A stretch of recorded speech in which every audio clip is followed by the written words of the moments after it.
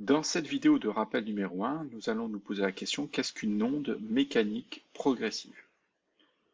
Donc, une onde mécanique progressive, c'est le phénomène de propagation d'une perturbation dans un milieu matériel, sans transport de matière et avec transport d'énergie. Je pense que ça mérite des explications. Donc, c'est la propagation. Propagation, c'est le déplacement. Qu'est-ce qui se déplace? Une perturbation. C'est-à-dire qu'on va modifier quelque chose et c'est cette modification qui va se déplacer. On verra très simplement dans un exemple. Et dans un milieu matériel, ça veut dire constitué d'atomes ou de molécules. Ici, l'exemple, c'est la corde. Eh bien, on voit bien qu'il y a bien, en fait, on va faire une vague vers le haut, on va donner un petit à-coup sur la corde, on va faire une vague vers le haut, une vague vers le bas. Et c'est cette perturbation, donc cette vague vers le haut, vers le bas, qui va se déplacer.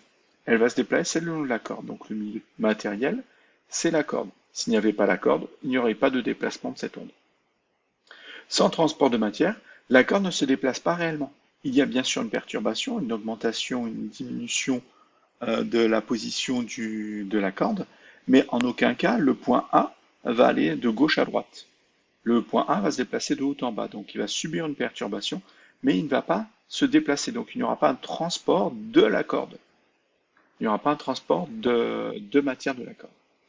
Et avec transport d'énergie, mais oui, parce que cette perturbation transporte de l'énergie.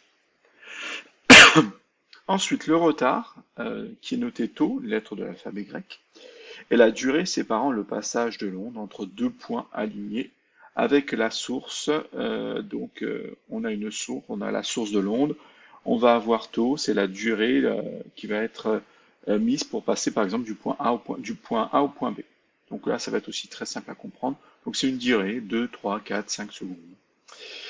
Et la vitesse, qui pour les ondes on parle de célérité, qui sera notée V ou C. Alors généralement on utilise plutôt C pour la vitesse de lumière. Et la valeur de la vitesse de propagation de l'onde, donc la vitesse de déplacement de l'onde, elle dépend du milieu de propagation. Oui, si l'onde se déplace sur une corde dans l'air ou dans l'eau, elle n'aura pas la même vitesse. Et on a donc cette vitesse est égale à la distance parcourue divisée par le retard ici.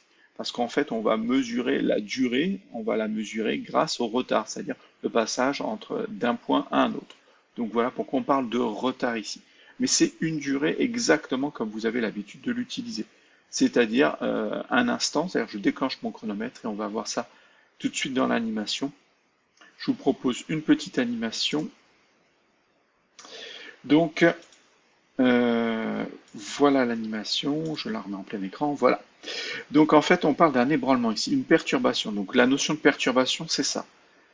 C'est, je modifie ici la hauteur de l'un des points. Chacun des points de cette échelle, on appelle ça une échelle de perroquet, sont liés les uns aux autres. Si j'en déplace un, les autres vont se déplacer.